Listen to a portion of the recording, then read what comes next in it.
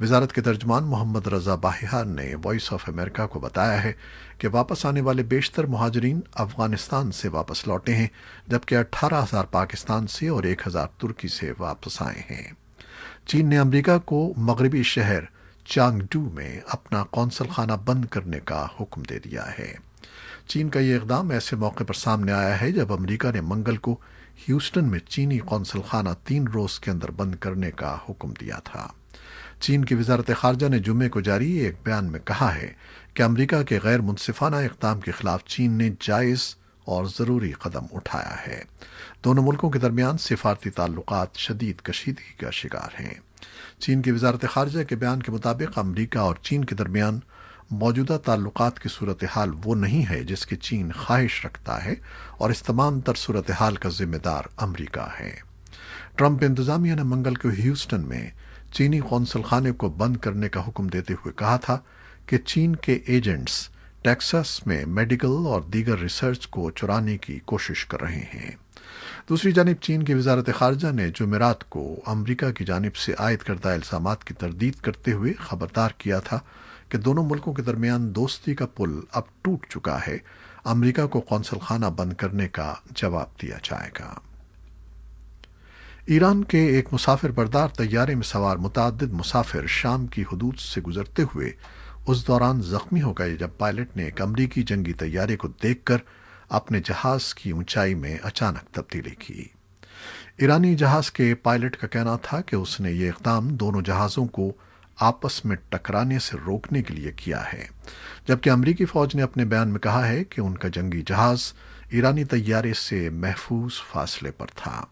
ایران کے سرکاری خبر رساں ادارے اسلامی جمہوریہ ایران براڈ کاسٹنگ نے رپورٹ کی ہے کہ ایران کا مسافر بردار طیارہ مہان ایئر کا طیارہ تھا جو جمعرات کو تہران سے بیروت جا رہا تھا۔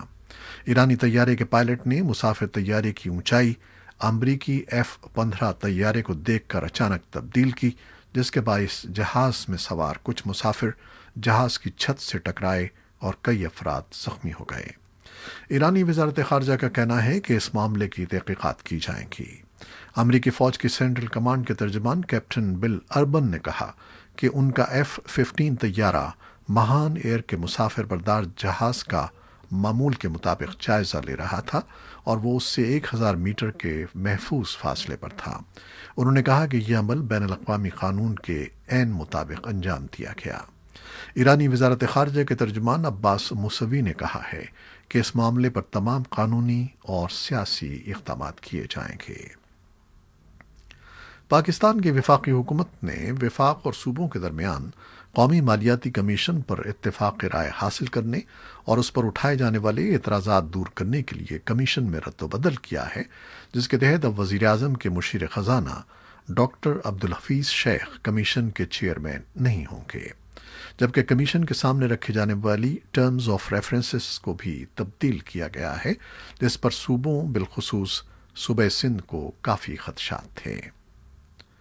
پنجاب میں درسی کتب کی اشاعتی سرکاری ادارے ٹیکسٹ بورڈ نے اسلام آباد اور پاکستان مخالف مواد کی بنیاد پر نجی پبلشرز کی 100 سے زائد کتب پر پابندی عائد کر دی ہے۔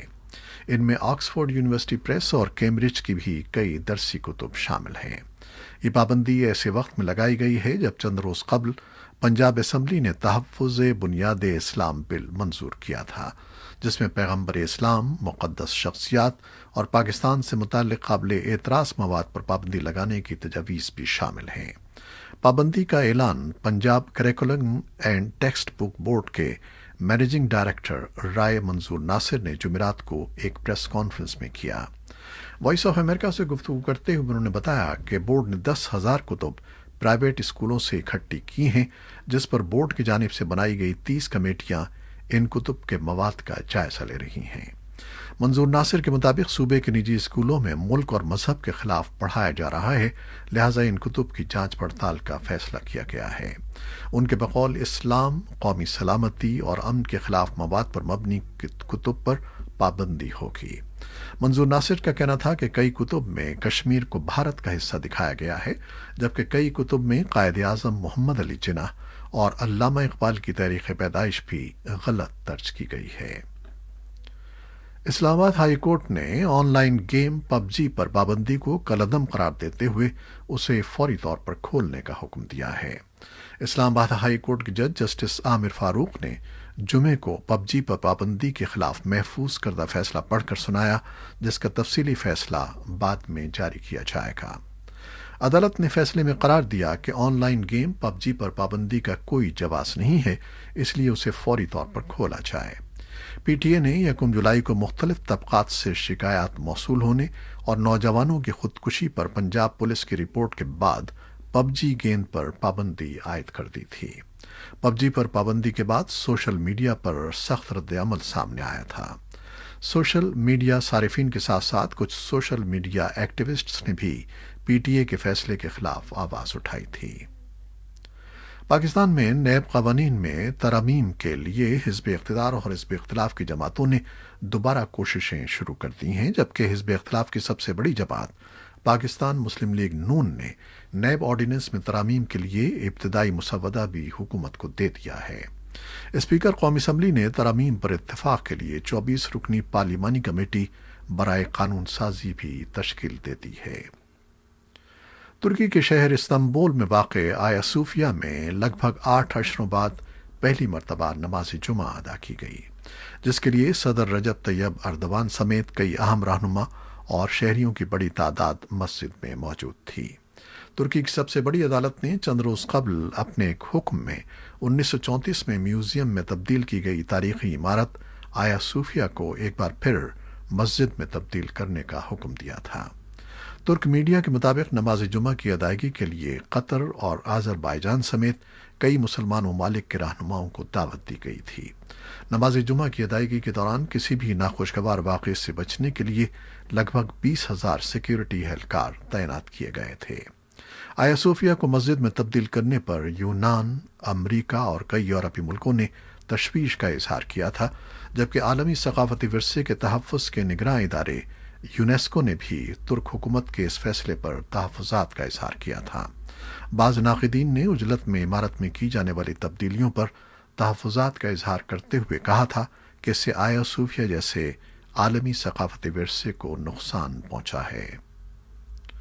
ریڈ کراس اور ہلال احمر کی بین الاقوامی فیڈریشن کے سربراہ جگن چھپاگین کا کہنا ہے کہ کورونا وائرس کے لوگوں کی ہجرت پر شدید اثرات طویل عرصے تک جاری رہیں گے۔ News agency A F P سے بات کرتے ہوئے انہوں نے کہا کہ روزگار کے خاتمے اور فوڈ سیکیورٹی کے باعث لوگ سرحدیں کھلنے کے بعد نقل مکانی پر مجبور ہوں گے۔ جان ہاپکنز یونیورسٹی کے اعداد و شمار کے مطابق اس وقت دنیا بھر میں کورونا مریضوں کی تعداد 1,55,00,000 سے زائد ہے اور اس سے ہونے والی ہلاکتیں بھی 6,33,000 سے تجاوز کر گئی ہیں۔ افغانستان کی وزارت صحت نے گزشتہ 24 گھنٹوں میں کووڈ 19 کے 60 نئے کیسز کی اطلاع دی ہے۔